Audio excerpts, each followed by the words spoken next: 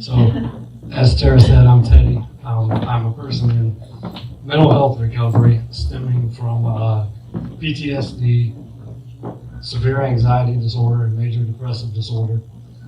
In July of 2017, I had attempted suicide. I went through a lot of stuff over the years, and things just kind of hit me hard. I woke up one Friday morning, and I decided that that was a great day to not be here anymore.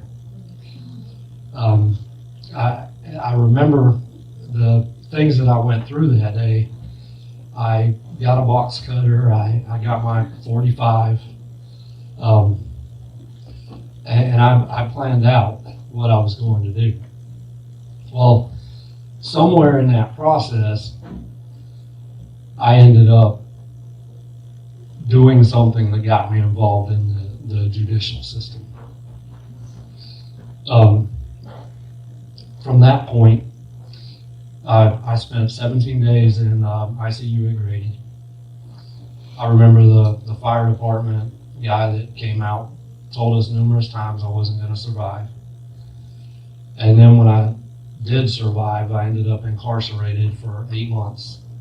And I found out from my attorney, Hannah Mitchell, about Douglas County wanting to start the mental health court, which is now Hope Court. And I really like that we call it Hope Court, because that court program honestly gave me hope. I spent all that time in jail. I had nothing but time to think about what I had done.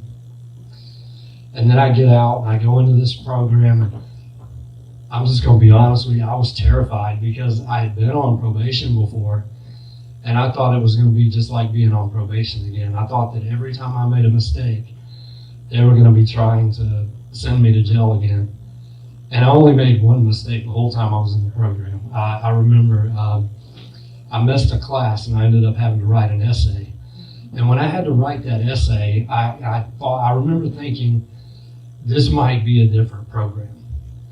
I remember it finally sunk into me that the Hope Court team was there, and they were actually there to advocate and help me, that they were on my side. I had never had the experience with a court system of them being on my side. It was always let's send the guy back to jail and let's see how we can get more money out of him. So when I started to see that, I was like, you know what? I'm going to use my suicide attempt and that experience as a positive. I'm going to use that and advocate for mental health. I'm going to use that, and I'm going to do everything that I can to get certified, get trained, take classes, do everything that I could to reach out to people that were struggling with their mental health. Just 3 days ago maybe, I took my Georgia CPS project test.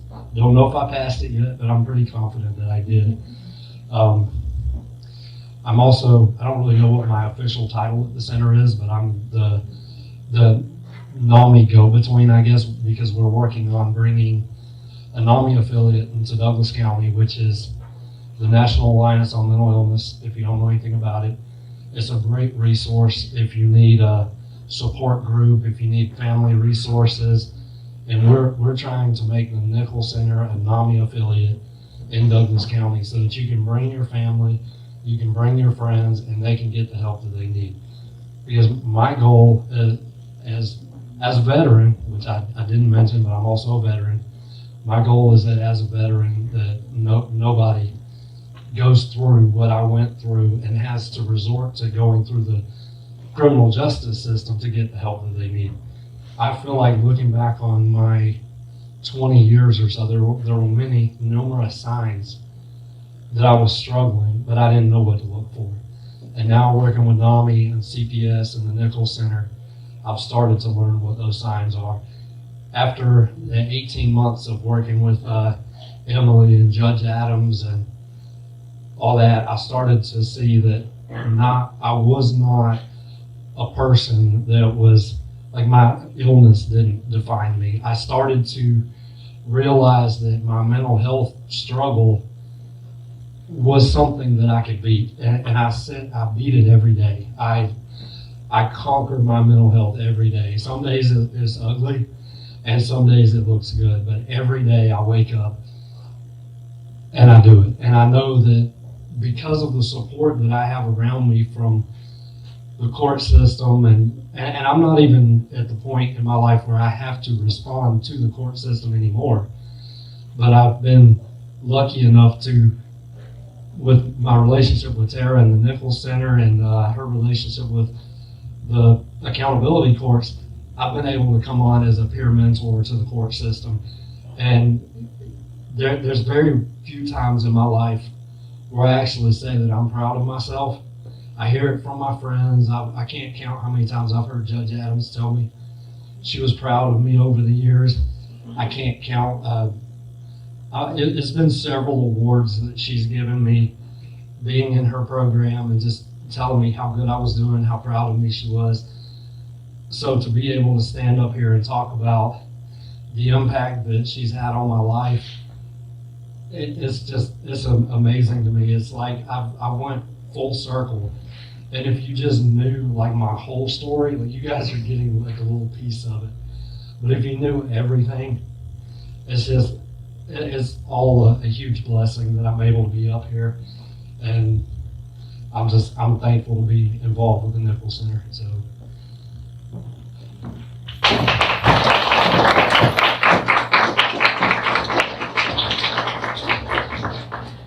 All right, and we at the Nichols Center, what our new mantra or theme is growing recovery.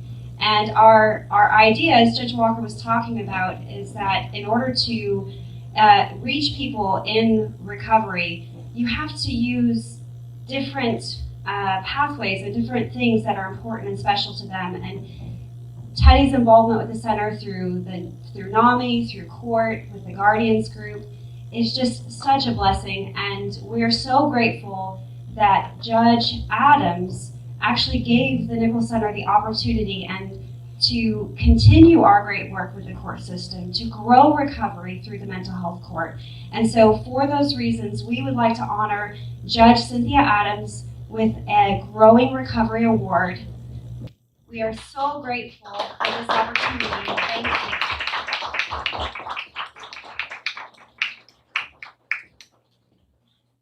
All right, so I just asked Tara if I could say a few words because anyone who knows me know that it takes a lot to get me even close to tears. Teddy's always been able to do that. He's Mr. Wilding to me. I've always referred to him as Mr. Wilding because I believe that everyone and anyone who comes before my court deserves the respect to be called Mr. and Miss.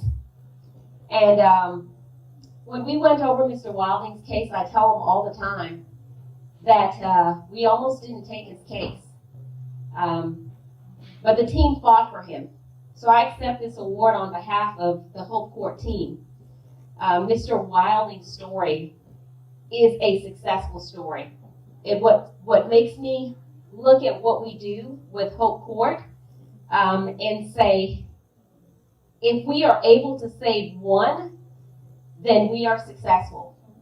And we have saved more than one. But Mr. Wilding certainly is one of the greatest success stories from this program. And I am so incredibly proud of him because he comes back and he puts in time and he talks to our participants that are now participating in the program. And Mr. Wilding, each and every time that I told you how very proud I am of you, I meant it. And as I stand here today, I am so incredibly proud not just to hear your story again, but to accept this award. So thank you.